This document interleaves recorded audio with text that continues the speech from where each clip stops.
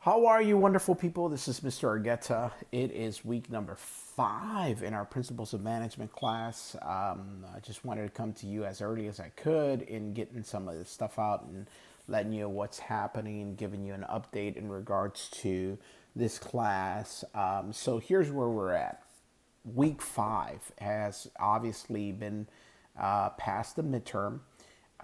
Your grades are pretty much updated. I will be putting in the last discussion grades that we had. If I'm not mistaken, I am finishing to catch up today with your last discussion we did, which was week number 3. Week number 4, put out a video just giving you an update. It wasn't a discussion, it was just kind of informational.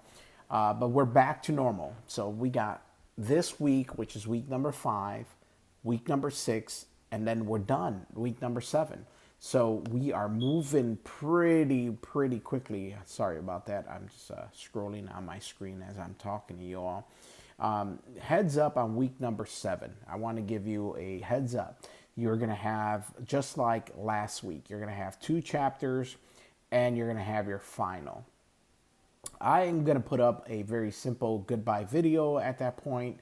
I'm not going to be very harsh on grading you, but just reply to someone or put up your own goodbye so I can have something to grade.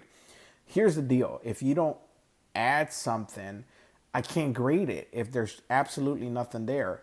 I'm not going to be very strict on the last discussion in regards to replying to other students. You may, if you like. There's been a lot of connections made in this class. I want to encourage you to say goodbye to your other classmates. Find a way to connect with people. We are a group of individuals here in this Northwest Georgia area. And I would love to see those connections. I want to let you know that a lot of my students who graduate end up hiring people that they've met, or end up, getting a position and then end up recruiting people into their companies. Part of the college experience is making those connections with people throughout the industries. You never know where someone ends up. I'll give you an example in my own life. I of course went to Dalton State, and I see a lot of those people that I graduated with running departments here and running different organizations here. And every now and then we'll run into each other, and it's great to see them. And if I ever needed anything, of course I could reach out to them. Those connections I want you to make with people in our class or in the classes that you'll be taking throughout this process.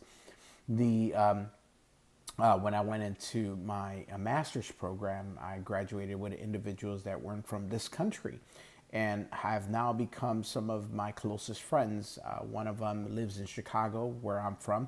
So when I go back up to Chicago, I always make time and we sit down and have a dinner together. He's working for a great company, he's an analyst. And then I have another friend who is a CEO, president of a company in Germany. We were in our master's program together. We sat together, we ate together, we studied together.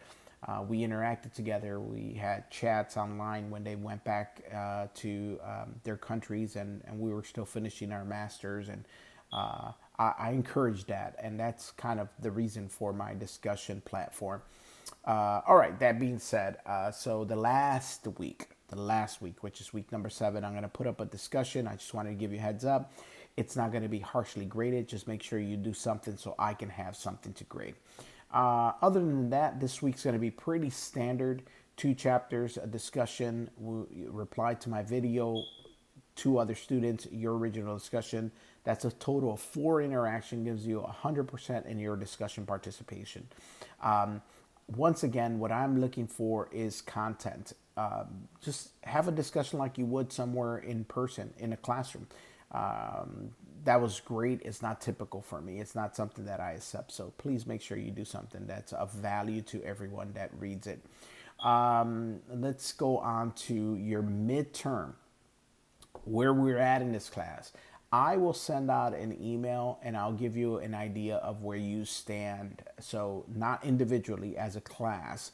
So you can then look at your grade and then look at the class grade and then say, hey, I'm above average, or I'm doing okay, I'm still doing fine.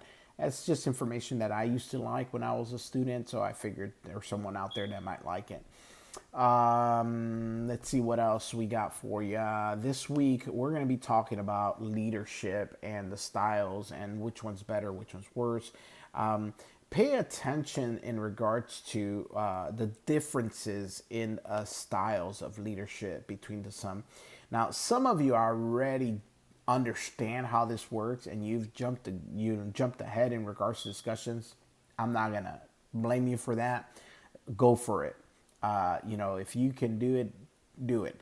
But make sure you're participating week by week. That's what's important.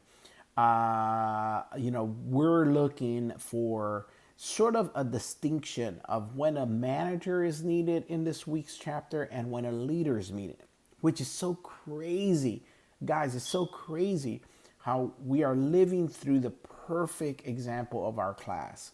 What's a good manager and what's a good leader? What do we need now? And like it or not, we are faced with this crazy political environment that we're living through. But as students, we can see, and despite your agreeing or disagreeing with the conditions we're in, I don't want you to pay attention to the political agendas. I would like for you to pay attention to style and identify the style that our current president and the president-elect have. What are the styles? And you're going to find that right now we are in a position in this country where we need what's considered a transitional leader. We need a transitional leader. We need someone that's going to unite this country, that's going to bring us together.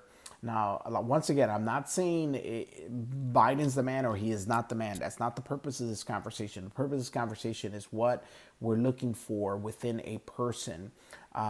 Maybe it's the vice president that plays that role in the administration, that unites everyone, that brings us together and says, hey guys, I know we have differences. I know we don't agree on certain things, but we are working together. And that is a style. That is not by accident. That is by design.